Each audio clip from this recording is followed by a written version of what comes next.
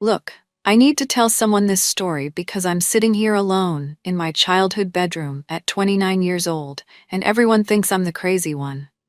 I'm Ariana, and yeah, I'm back living with my parents after my engagement blew up in the most humiliating way possible.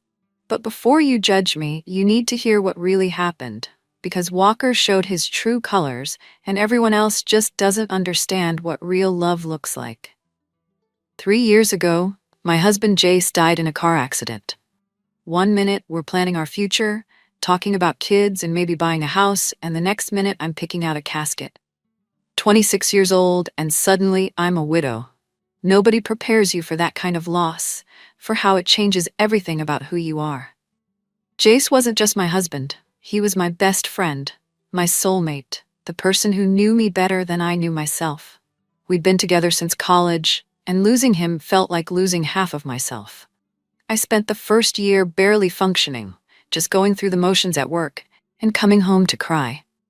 My family kept saying I needed to get back out there, that Jace wouldn't want me to be alone forever, but honestly, I wasn't sure I'd ever be ready for that.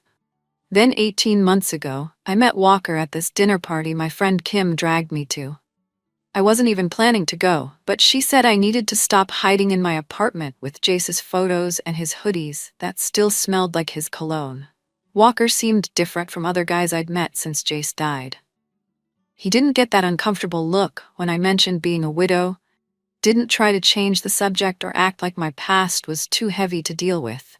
He actually asked questions about Jace, wanted to know what he was like, how we met. It felt good to talk about those memories with someone who seemed to genuinely care. Walker was this solid, dependable guy who worked in construction management, the kind of man who fixed things and took care of business. He was nothing like Jace, who was more artistic and spontaneous, but maybe that's what I needed. Someone stable who could help me feel safe again. We took things slow at first.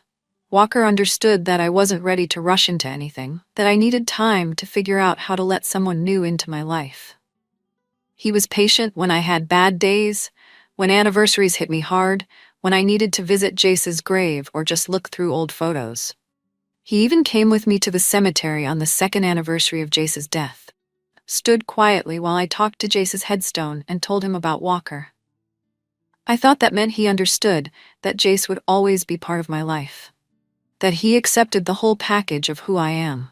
6 months ago, Walker proposed.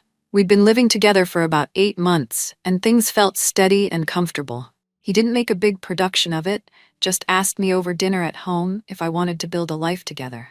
I said yes because I was ready to try again, ready to believe that maybe I could have love twice in one lifetime. We started planning a spring wedding, nothing too fancy, just our families and close friends. I was actually excited about it, about the idea of having someone to share my life with again. Walker seemed excited too, talking about our future, maybe getting a bigger place, all those normal couple things. But looking back now, I can see the signs I should have paid attention to. Sometimes when I'd mention Jace in conversation, Walker would get quiet or change the subject. When I wanted to keep Jace's wedding ring in my jewelry box, Walker suggested maybe it was time to put it away somewhere else. Little things that should have told me he wasn't as accepting as he pretended to be.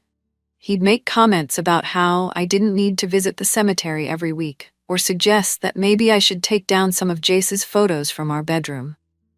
At the time, I thought he was just trying to help me move forward. But now I realize he was testing the waters, seeing how much he could push me to erase Jace from my life. The breaking point came when we were sitting at our kitchen table, surrounded by wedding planning stuff. Invitations, menu options, all that typical wedding chaos.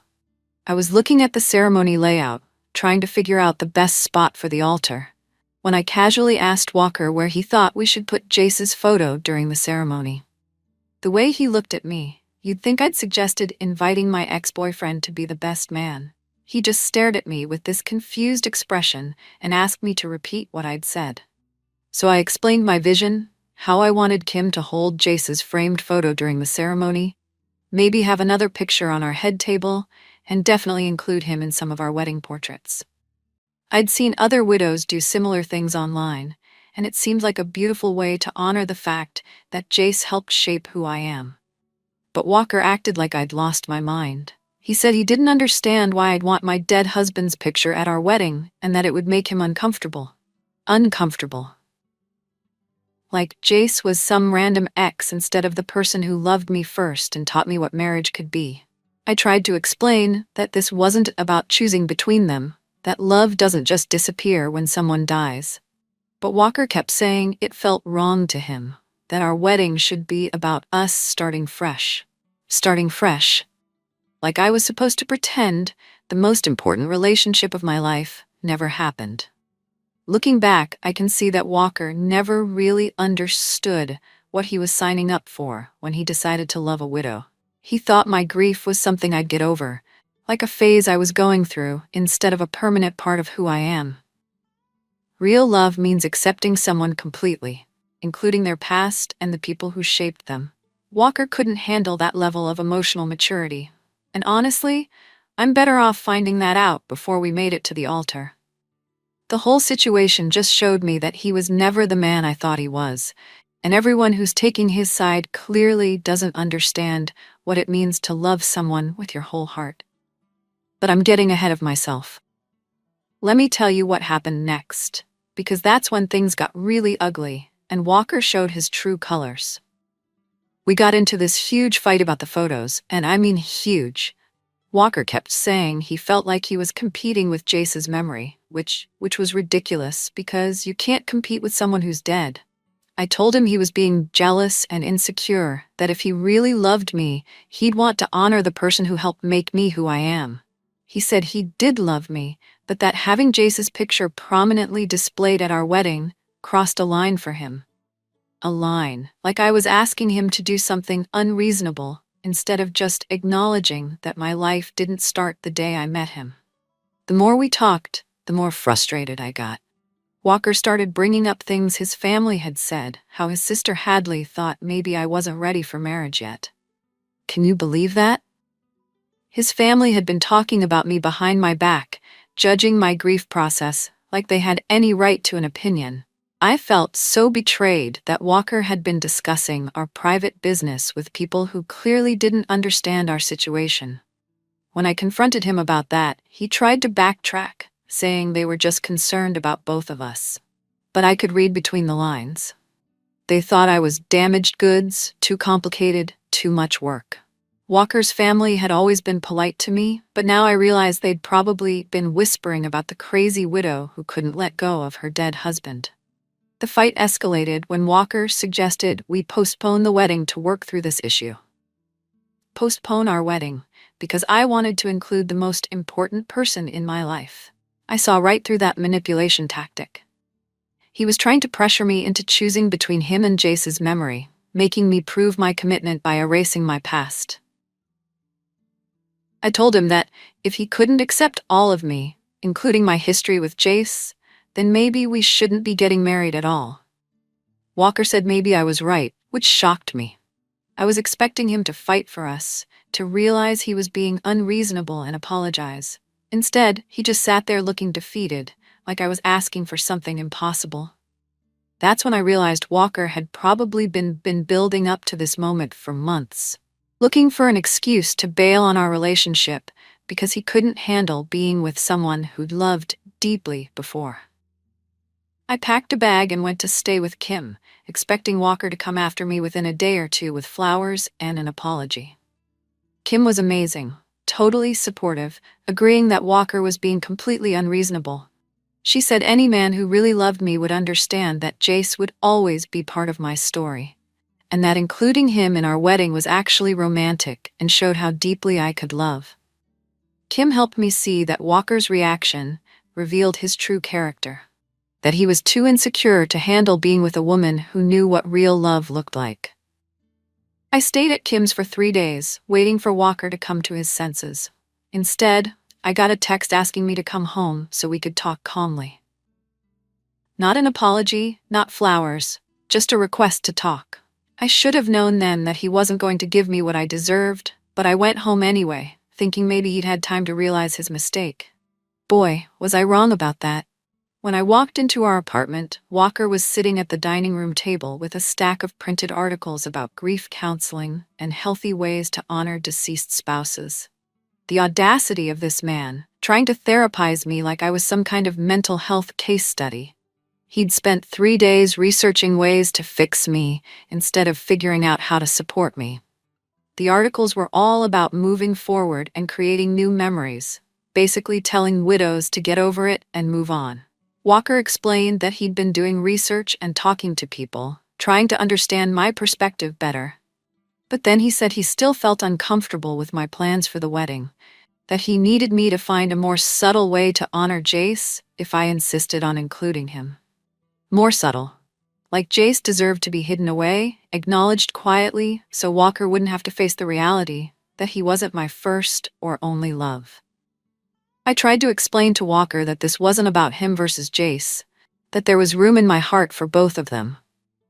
But he kept talking about boundaries and compromise, like my grief was a negotiation instead of a fundamental part of who I am. He suggested couples counseling, which just proved that he saw our relationship as broken instead of recognizing that he was the one with the problem. When I refused counseling, Walker gave me an ultimatum. Either we find a compromise about the wedding that we could both live with, or we needed to seriously reconsider our engagement. An ultimatum. This man who claimed to love me was basically holding our relationship hostage unless I agreed to pretend Jace never existed. I told Walker that real love doesn't come with conditions, that if he truly understood me, he wouldn't ask me to choose between him and honoring my late husband. The conversation went nowhere because Walker couldn't see past his own insecurity to understand what I needed from him. I finally told him that if he walked out that door, he shouldn't bother coming back. I was sure he was bluffing, that he'd realize how much he loved me and what he'd be giving up. I never imagined he'd actually choose his pride over our relationship. But that's exactly what Walker did. He didn't come home that night, and when I tried calling him, he said he was staying with a friend and needed space to think. Space to think about whether he wanted to marry me. The man who'd proposed 6 months earlier was suddenly unsure about our entire future because I wouldn't erase my past to make him comfortable.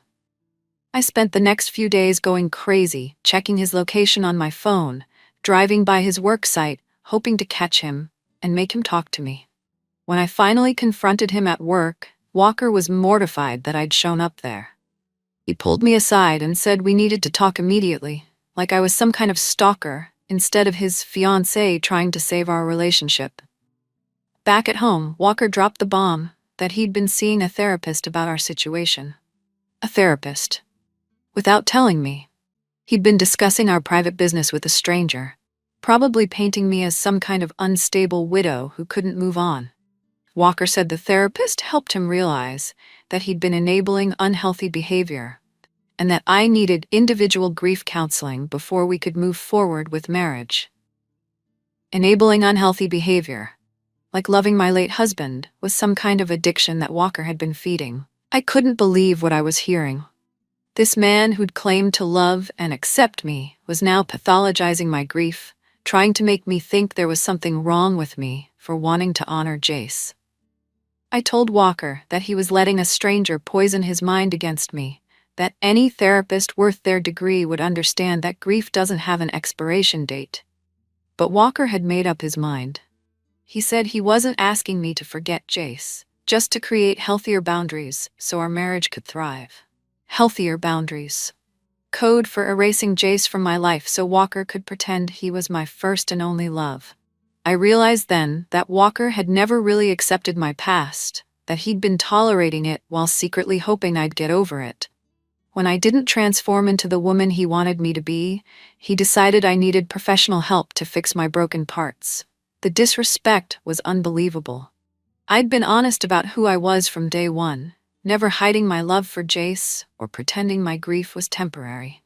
Walker had signed up for this relationship knowing exactly what he was getting. And now he wanted to change the terms because reality was harder than he'd expected. I gave Walker one final chance to save our relationship. I told him he could choose between supporting me as I am or losing me forever. Instead of fighting for us, Walker quietly said that ending our engagement might be for the best if I couldn't understand how my behavior was affecting him. My behavior. Like wanting to honor my late husband was some kind of character flaw that made me unfit for marriage. I was so angry and hurt that I pulled off my engagement ring and threw it at him, telling him the wedding was off. I expected Walker to panic, to realize what he was losing and beg me to reconsider. Instead, he just picked up the ring and said maybe this was what we both needed. I stormed out of that apartment thinking Walker would come crawling back within hours, ready to apologize and accept my terms. I had no idea that throwing that ring would be the last real conversation we'd ever have, or that Walker's calm reaction meant he'd already checked out of our relationship completely. Looking back, I think Walker had been looking for an excuse to end things for weeks. And I handed him the perfect opportunity by standing up for what I believed in. But at the time, I was sure he'd realize his mistake and come back to me. 3 weeks passed without a word from Walker, and that's when I started to panic. I'd been so confident that he'd come back, but instead I was hearing through mutual friends that Walker was telling people we were taking a break to work on personal issues. Personal issues, like I was the one with problems that needed fixing. I realized Walker was controlling the narrative, making it sound like I was unstable, while he was the reasonable one, trying to work things out. I couldn't let him get away with that, so I started sharing my side of the story with our friends and on social media. I explained how Walker had asked me to choose between him and honoring my late husband, how he'd given me ultimatums instead of supporting me through a difficult decision. But the response wasn't what I expected.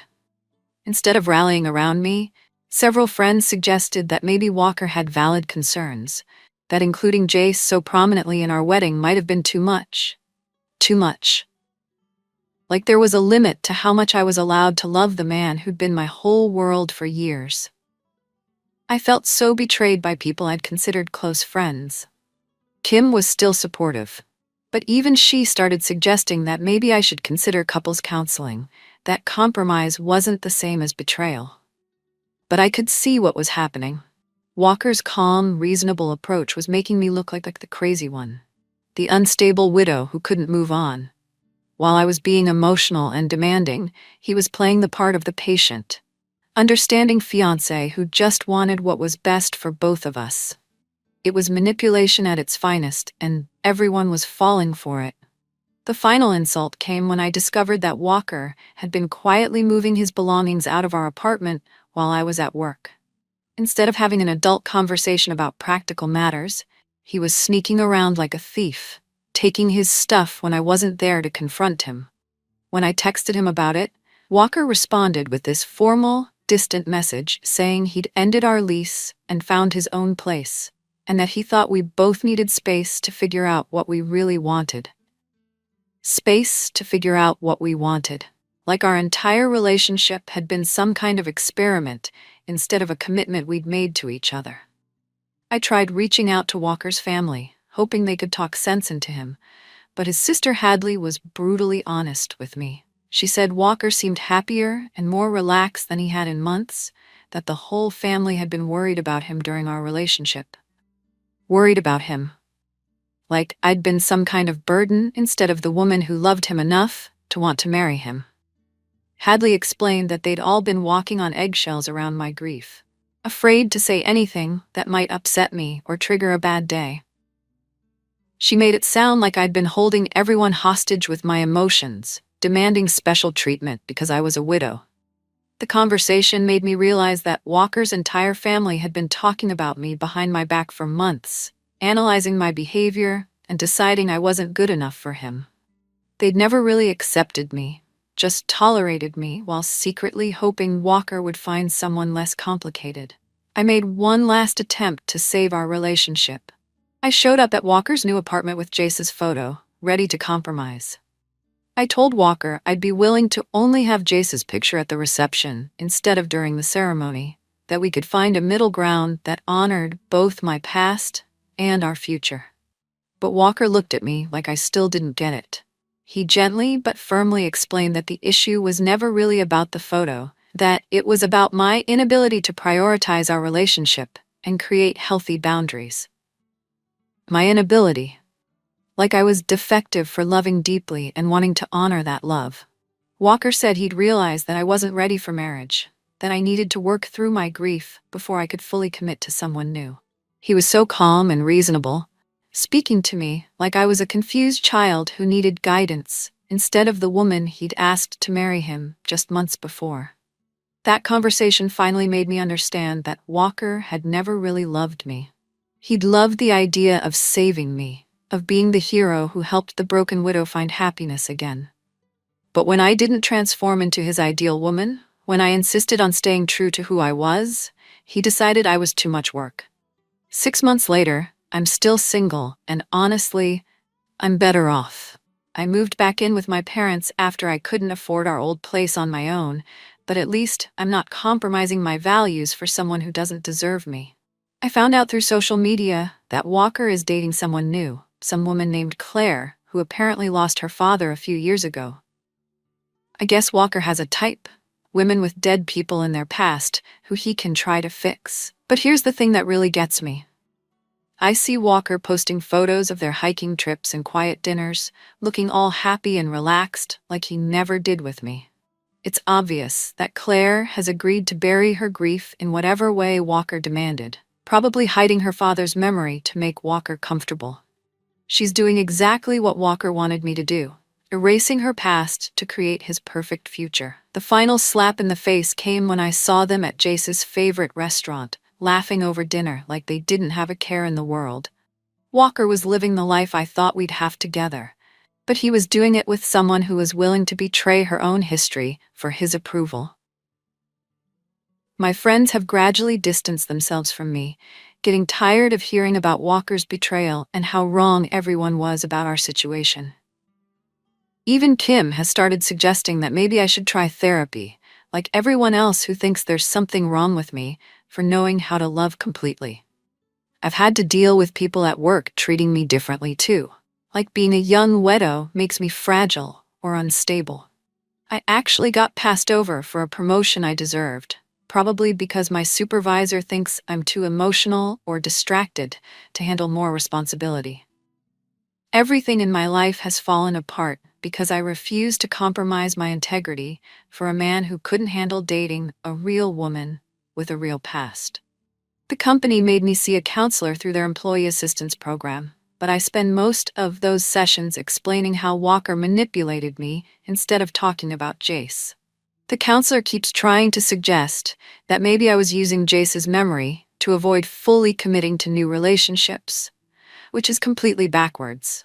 I was ready to commit to Walker completely, but he couldn't handle that. My complete self included my love for Jace. Here's what nobody understands about this whole situation. I wasn't asking Walker to compete with a dead man. I was asking him to love me enough to honor the person who helped shape who I am. That's not unreasonable. That's what real love looks like. Walker proved that he was too insecure and selfish to handle being with a woman who understood what true devotion meant. He wanted a clean slate, a woman with no complicated history, someone he could mold into his perfect wife without having to acknowledge that other people had loved her first. I refused to apologize for loving Jace deeply or for wanting to include him in my wedding day. That was never about choosing between past and future. It was about integrating all parts of my life into something beautiful and meaningful. Walker's inability to understand that says everything about his character and nothing about mine. I'd rather be alone forever than compromise my values for someone who sees my capacity for love as a flaw instead of a gift. Maybe someday Walker will realize what he lost when he chose his insecurity over our love, but I won't be waiting around for that epiphany. I know what I deserve, and it's someone who can love all of me, including the parts that were shaped by loving Jace. Until then, I'm perfectly fine being single and staying true to who I am.